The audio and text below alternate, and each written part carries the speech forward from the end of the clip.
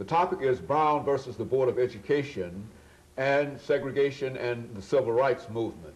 And we have with us to talk about segregation and the Civil Rights Movement in the context of the Brown decision of 1954, Dr. RMitchell from Fisk University. Of course, Dr. Mitchell, let's see if we can start this second segment by having you to give us some kind of graphic information relative to the separation of the races. I think we've talked about it from the point of view of Plessy and law and et cetera, but having grown up in the southern parts of the United States, talk about it from that perspective. Especially in the South, but throughout the country. The great hope that the Civil War would end the second-class status for African Americans. But unfortunately, when the Civil War ended, racism, as we know it, becomes ingrained, especially in the South, but throughout the country. The great advantage that had been given to whites being free was now transposed to the fact that you're white. So black people, African Americans, were in a second-class mode. We couldn't break out of it. We had served valiantly in the Civil War. We had attempted after the war to go to work to gain our admission into the American system. World War I comes about after Plessy, 1896. But World War I, we fight valiantly. We go over. We hope that we will be, again, ingrained within the American system. But what happens? African-American soldiers return. Several of them are lynched in uniform. You have the famous Red Summer, 1919, after the war, where African-Americans in Chicago are stoned when they drift across a line, black water, white water, or colored water, white water. Young boys are stoned. In Texas, young soldiers are lynched in their uniforms. So America begins to reinforce separation and race and second-class citizenship for African Americans. You know, Dr. Haney, I think the real turning point was World War II, though. The generation of the baby boomers' fathers, my father, your father, and others, they go and they fight. They come back, and they understand they want to make the promise of America real for all Americans. In post-World War II, the GI Bill, chances for education, people aren't willing to accept, black people are willing to accept inherent segregation and inferiority. So in the case of Linda Brown, her father, he wants better for his children than he had. He believes that in a segregated school system, that black children are going to receive a second-class education. He asked the question, why should I pay taxes? Why should I pay first-class taxes and my children receive a second-class education? So he challenges the American system. He challenges Plessy versus Ferguson, the whole idea of separate but equal. In a landmark decision, this case will reach the Supreme Court. And as a professor, you teach, and we're all well, and some of us are well, not every case makes it to the Supreme Court, but this would be a landmark decision. The court looks at it, the court hears the case, and the court decides that in America, you can't have people separated out by race. You might separate them out by other entities, but not by race. And to have a whole class of people cast in the second-class status because of their race is found to be unconstitutional. In this country, when we say something is unconstitutional, that means it goes against the American Constitution. So in a larger sense, it's really un-American.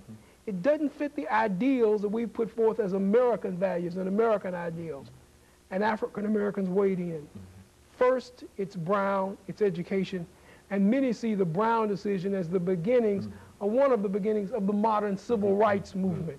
Because once these children enter these schools and they feel they're receiving a quality education, why should they then submit to second-class status? Brown opens a discussion in America. Brown opens a discussion of what America means and what the American promise is. And really, after Brown, there's really no turning back.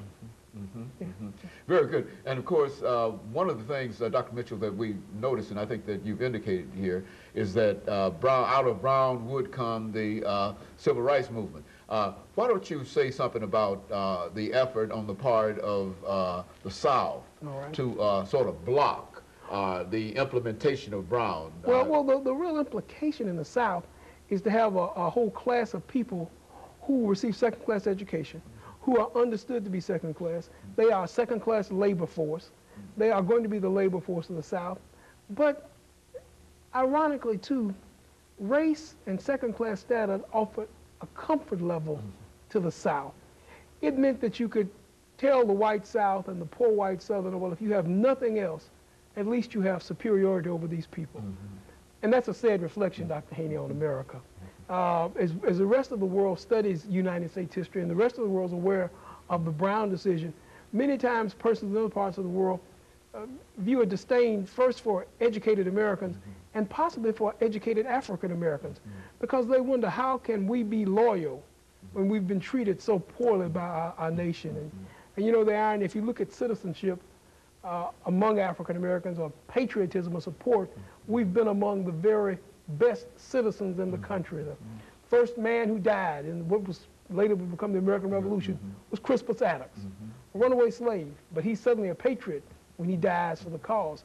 If you look at the American Revolution, Prince Whipple, Peter Salem and Salem Point, all those black patriots who participated. You know, there's never been a time when there's been an American war that African Americans haven't participated valiantly and served their country, from the Spanish-American War. And right now, people are still astounded by the motion picture Glory, because people didn't understand that African American males fought valiantly. We've always been good Americans. You've never seen black folk protesting on the 4th of July. You've never seen black folk protesting around the Statue of Liberty.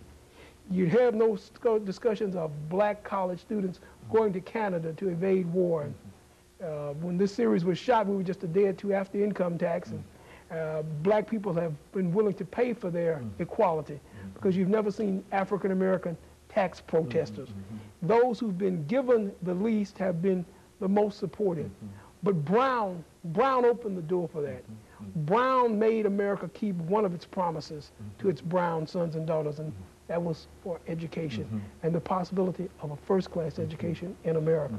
You know, Dr. Mitchell, and we're getting ready for the first commercial break, our second commercial break here. But one of the things that we'd like to deal with is to look at the relationship between Brown and the Civil Rights Movement. You see, because I think the decision is rendered in 1954. Exactly. And it is not until 1960. So that's about 6 years of intense discussion, intense debate.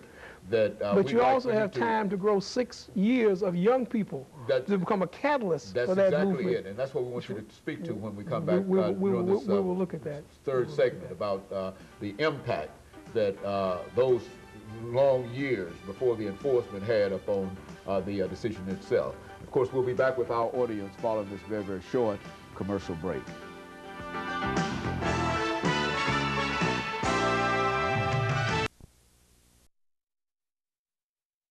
The topic is